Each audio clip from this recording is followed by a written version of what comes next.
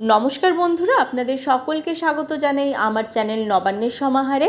আজ আবারও আপনাদের সামনে হাজির হলাম একটা নতুন রেসিপির ভিডিও নিয়ে। আজকে আমি বানাতে চলেছি খুব সহজ উপায়ে একদম অল্প কিছু উপকরণ দিয়ে মালাই কেক। এই রেসিপিটা বানানো এতটাই সহজ যে আজকে আপনারা এই ভিডিওটা দেখার পর খুব চটজলদিভাবে বাড়িতে কিন্তু বানিয়ে ফেলতে পারবেন এরকম দারুণ স্বাদের মুখে মিলিয়ে যাওয়া মালাই কেকের রেসিপি। বানানো যতটা সহজ, খেতে কিন্তু তার থেকেও বেশি সুস্বাদু হয়। একদমই অল্প উপকরণ দিয়ে এটা বানানো যায়, বলা ভালো মাত্র একটা উপকরণ দিয়ে কিন্তু এই দুর্দান্ত মালাই কেকের রেসিপিটা তৈরি হয়ে যায়। তাহলে চলুন বেশি কথা না বাড়িয়ে আজকের এই রেসিপিটা কিভাবে বানাচ্ছি সেটা আপনাদের সাথে শেয়ার করি। আর ভিডিওটা শুরু করার আগে আপনাদের সকলের কাছে আমার অনুরোধ রইল, ভিডিওটা স্কিপ না করে পুরোটা দেখবেন। যদি ভালো লাগে অবশ্যই কিন্তু সাবস্ক্রাইব করে দিয়ে পাশে থাকবেন। রেসিপিটা বানানোর জন্য এখানে আমি হাফ বাটি গোবিন্দভোগ চাল নিয়ে নিয়েছি। এখানে কিন্তু গোবিন্দভোগ চালটাই ব্যবহার করবেন, সেন্ট কিন্তু খুব সুন্দর আসে।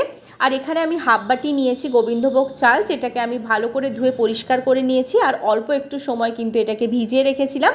এবার এটাকে নিয়ে নিচ্ছি মিক্সিং জারের মধ্যে নিয়ে এটাকে কিন্তু ভালো করে পেস্ট করে নেব।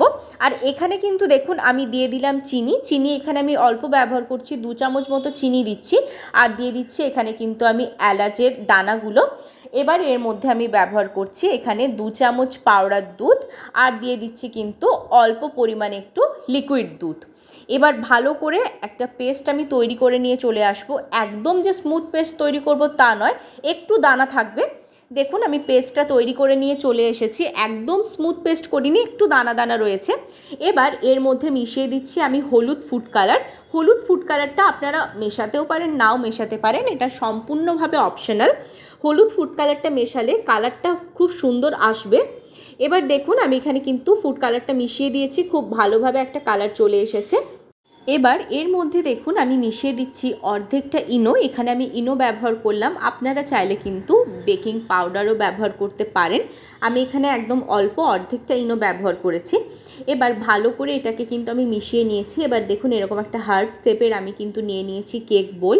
এই কেক বোলের মধ্যে আমি যে ব্যাটারটা তৈরি করলাম সেটা কিন্তু এবার এর মধ্যে দিয়ে এইভাবে একটু ভালোভাবে ট্যাপ ট্যাপ করে দিচ্ছি।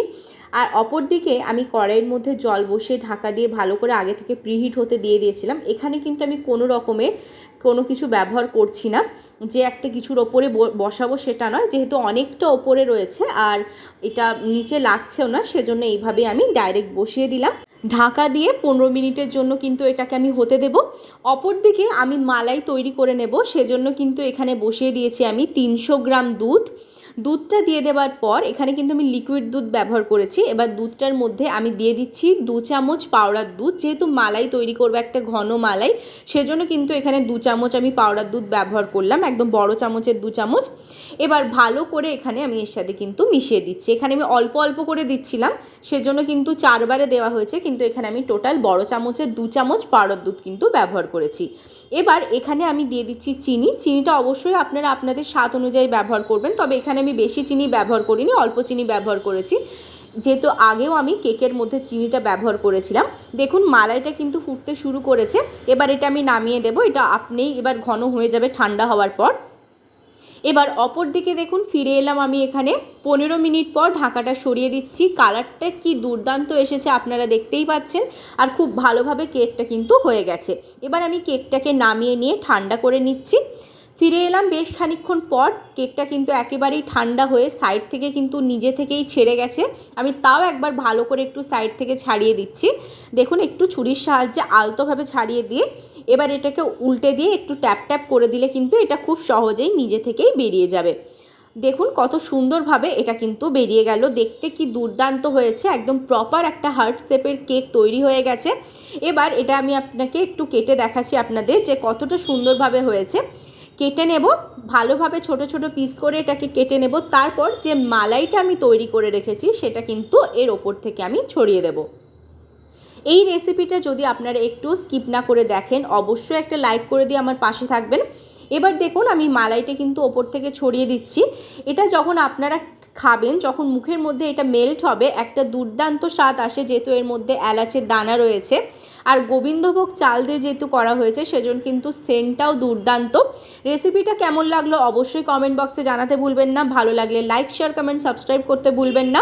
বাড়িতে একবার অবশ্যই বানিয়ে আমাকে কমেন্ট বক্সে আপনাদের মতামত জানাতে ভুলবেন না। ফেসবুক পেজ থেকে দেখলে পেজটা ফলো করে দেবেন, পাশে থাকবেন, আর যদি ইউটিউব থেকে দেখেন সাবস্ক্রাইব করে দেবেন। আবার দেখা হচ্ছে একটা নতুন রেসিপির সাথে।